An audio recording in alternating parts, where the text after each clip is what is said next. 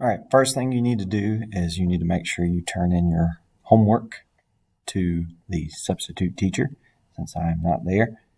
Then I want you to take a few minutes or a few seconds, depending on how long it takes you, to try these problems.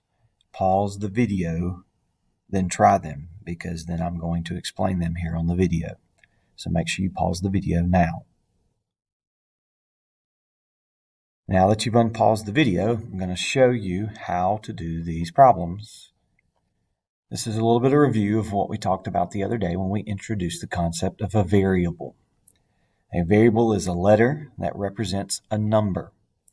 An arithmetic expression or arithmetic expression is one that involves numbers and operations like multiplying, dividing, adding, subtracting, exponents, things like that. An algebraic expression is one that involves variables and numbers combined with operations. So if you're looking at this first one, it is negative 9.8 st squared. Notice it has a number, it has variables, and all of these are multiplied together as well as the t is being squared. This would be an example of an algebraic expression. X would be an example of a variable, a letter that represents a number. The next one here has 3.5 in parentheses, 74 minus 8.1. That is an arithmetic or arithmetic expression because it doesn't contain any variables. It is not considered an algebraic expression. And finally, 2x plus 1 is an algebraic expression. It contains numbers, variables, and operations like addition here. So knowing the difference between what is a variable, what is an arithmetic expression, what is an algebraic expression, important for you to understand the differences between those. Also, last class we looked at simplifying by distributing and collecting like terms. So I have a few problems here at the bottom. If you haven't tried these yet, again, pause the video here. Try them before you watch the video. In the first one here, what we can do is we can take it and we can multiply 2 times x and get 2x. Remember, the distributive property is really just multiplying. Watch out for your signs, though. This is 2 times a negative 3, which would be a negative 6. You can use a calculator, but during this video, I probably will not rely heavily on a calculator, just for sake of time in the video. Be careful here.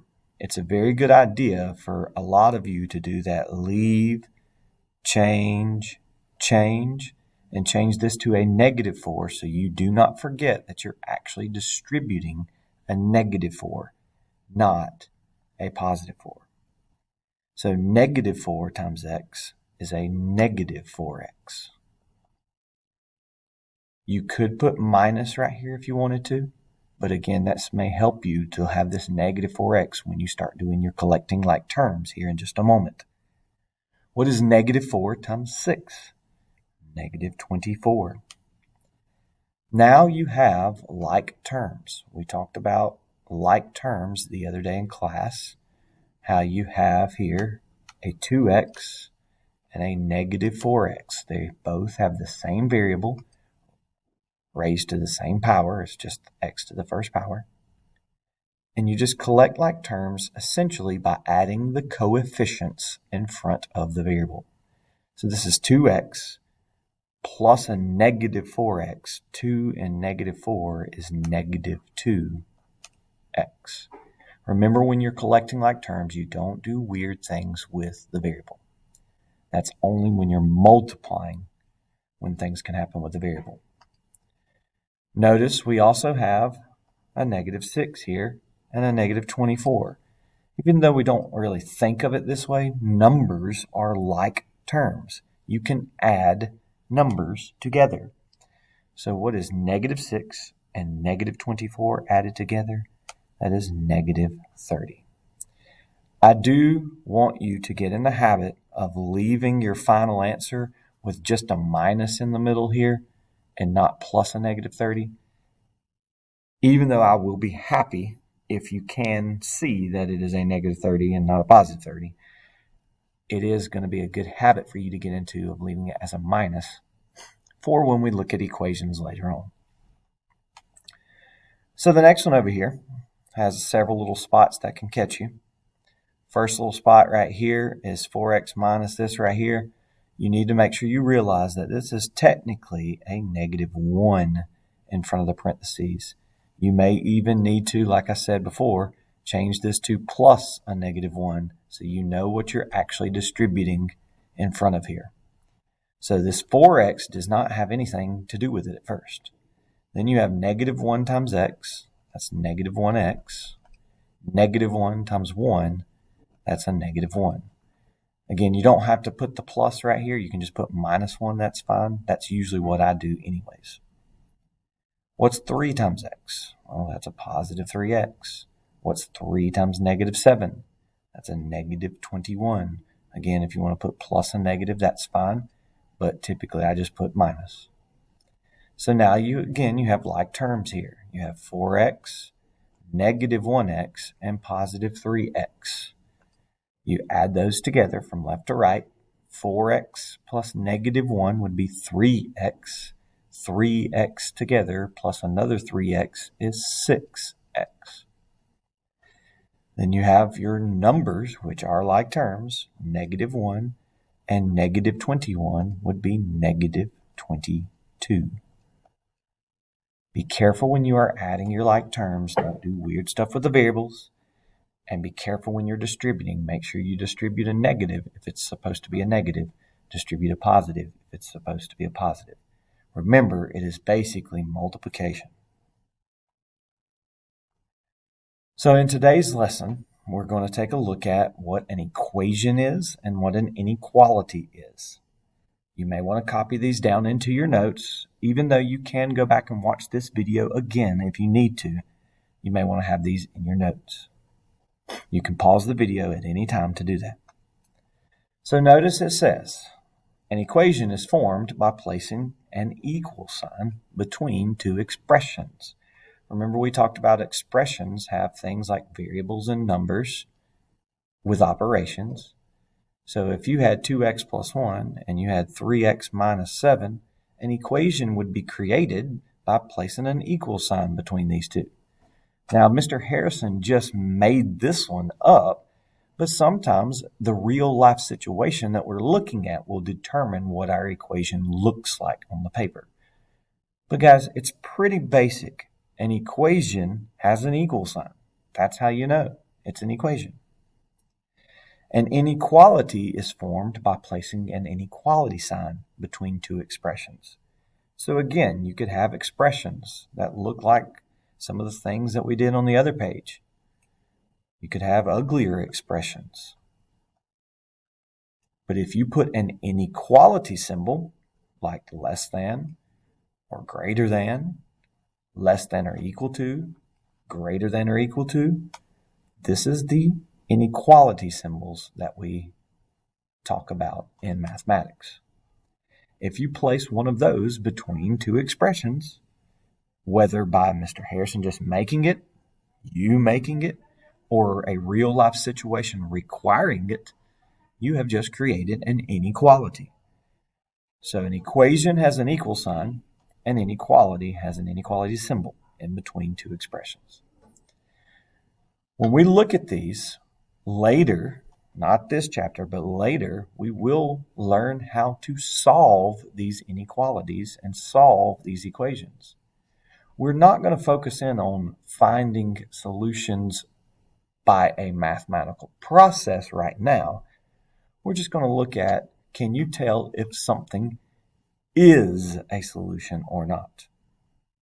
So, again, an equation is formed when an equal sign is placed between two expressions, creating a left side of the equation and a right side of the equation.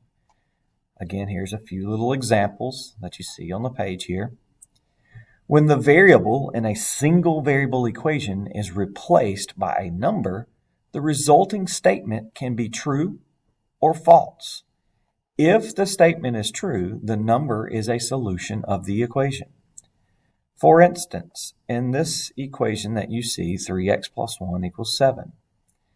If Mr. Harrison were to place x equals 5 into the equation, meaning if Mr. Harrison put this in for x, 3 times 5 plus 1 equals 7. Notice that this right here is the same thing that we did in the earlier part of this chapter, where we substituted a number in for a variable and we evaluate the answer here. What is 3 times 5? Well, that's 15. What is 15 plus 1? That's 16. What we have now when we have an equation is it is equal to 7 over here. We have a way to look at that and say, hey, 16 is not equal to 7. That means that 5 is not a solution. And I do want you to write these words out when you are talking about whether something is a solution to an equation or not. If it's not true, write it out. It is not a solution. If it is true, say that it is a solution. And the reason I'm getting a little bit strict with that is because you need to understand that this doesn't mean the problem doesn't have an answer. It just means that 5 is not the answer. So when you plug in a number, all you're doing is checking just that number. You're not checking all the answers, you're just checking that one. So be careful with that. So what I want you to do is pause the video here and plug in and see if these numbers are solutions to this equation. Plug in and see if these numbers are solutions to this equation. So pause the video and do that, and then you can unpause it to watch the solutions. So you should have plugged in 2 for one of these. 3 times 2 is 6. 6 plus 1 is 7. And that is true. 7 is equal to 7. That means 2 is a solution. And technically, when we talk about equations, that means 2 actually is the solution. So that does tell me on this one that I'm pretty sure this one's not going to work. But if you do 3 times 3, that's 9. 9 plus 1 is 10. That is not equal to 7. So that means 3 is not a solution. It doesn't mean the problem doesn't have an answer. It just means that 3 is not the answer. If you haven't already tried the next one, go ahead and do that one as well. Pause the video and do that. If you have, here's the solutions. 4x minus 2, if I plug in, 2. 4 times 2 is 8. 8 minus 2 is 6. That is not equal to 10. So that means 2 is not a solution. When I plug in 3, 4 times 3 is 12. 12 minus 2 is 10. 10 is equal to 10, so that means 3 is a solution. And then if I plug in 4, 4 times 4 is 16. 16 minus 2 is 14. 14 is not equal to 10. That means 4 is not a solution. With equations, you're going to see this happen where one of them works and the others don't. Because it is an equal to sign, it has to be strictly equal to for it to work. But with inequalities, when we look at a less than or greater than or less than or equal to, greater than or equal to symbol, that's not the way it's going to work all the time. So be careful. Don't assume if you get one to work, the other ones won't, especially with inequalities. So you're going to have some of these on your practice sheet here in just a little bit. Like I said, another type of sentence in math is an inequality. The inequality symbols are here. If you need to, write these down into your notes. Again, pause the video. These are your symbols. This is how you say it. Less than or equal to, greater than greater than or equal to. Just like with an equation, a solution of an inequality is a number that produces a true statement when it is substituted for the variable in the inequality. So I've got a couple of examples for you here of this one. Decide whether 4 is a solution of the inequality. So take each one of these and substitute 4 in and see if it works. Pause the video and try it before you go through and check the answers. So the solutions here, we'll check and see. We plug in 1. 2 times 4 is 8. 8 minus 1 is 7. Now be careful. It's not equal, but notice what it says. 7 is less than 8. Again, review your symbols if you need to. And that is true. 7 is truly less than 8. So that means 4 is a solution. So then we try this one. 4 plus 4. 4 plus 4 is 8. Again, if you need to read your symbol, it's a greater than symbol.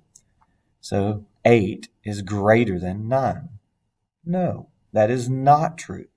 That means 4 is not a solution.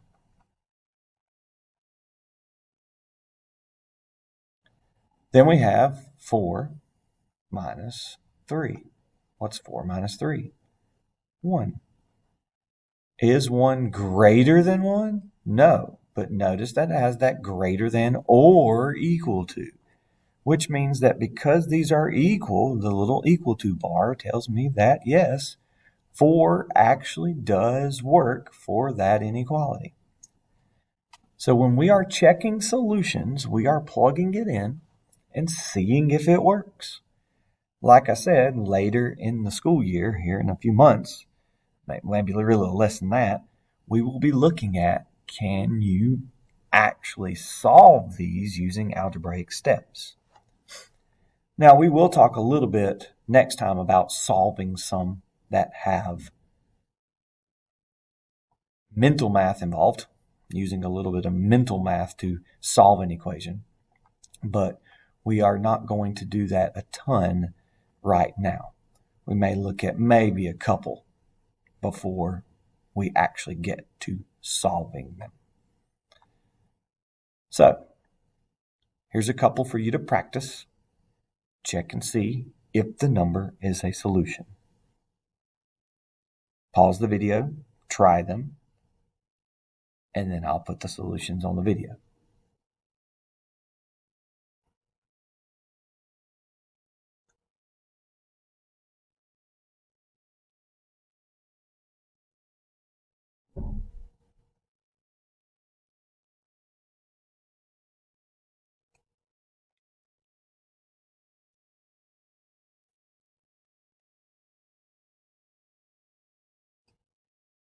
In the first one, 3 is not a solution.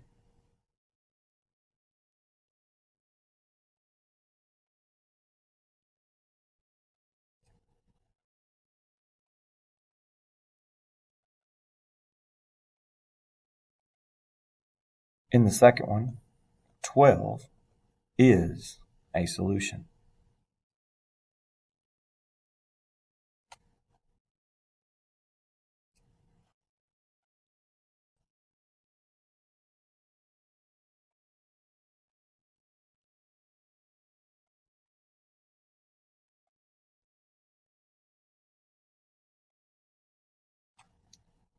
In the third one, 5 is a solution.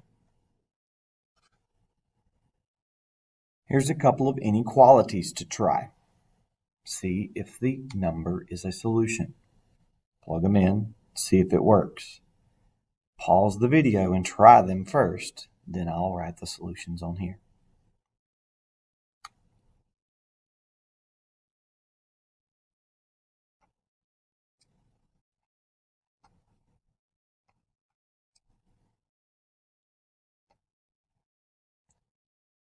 In the first one, 5 is not a solution.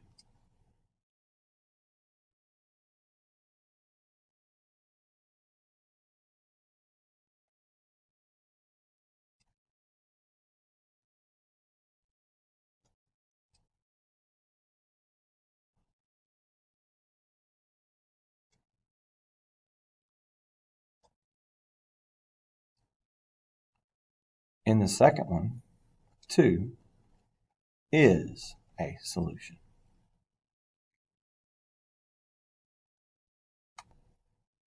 All right, so now that you've completed the lesson, you can get the practice sheet from the substitute. If you finish it in class, you can turn it in to the substitute.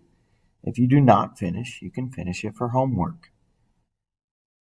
The last thing I want to do on this little video is also just kind of talk about a little bit of what we're going to look at next time. As we think about these equations and these inequalities, what we're really going to work towards is understanding the fact that when you see x plus 2 equal to 6, what it really means is what number plus 2 is equal to 6. And we're going to be translating words into math. Next class, we're going to take a look at that. So it's important for us to understand that when we get equations and inequalities and things, they're not just random things that we're looking at, but they'll represent us being able to or attempting to find solutions for missing numbers in real life situations as well. So again, if you complete your practice sheet from the sub, you can turn it back in. If you do not, take it home and you can work on it at home.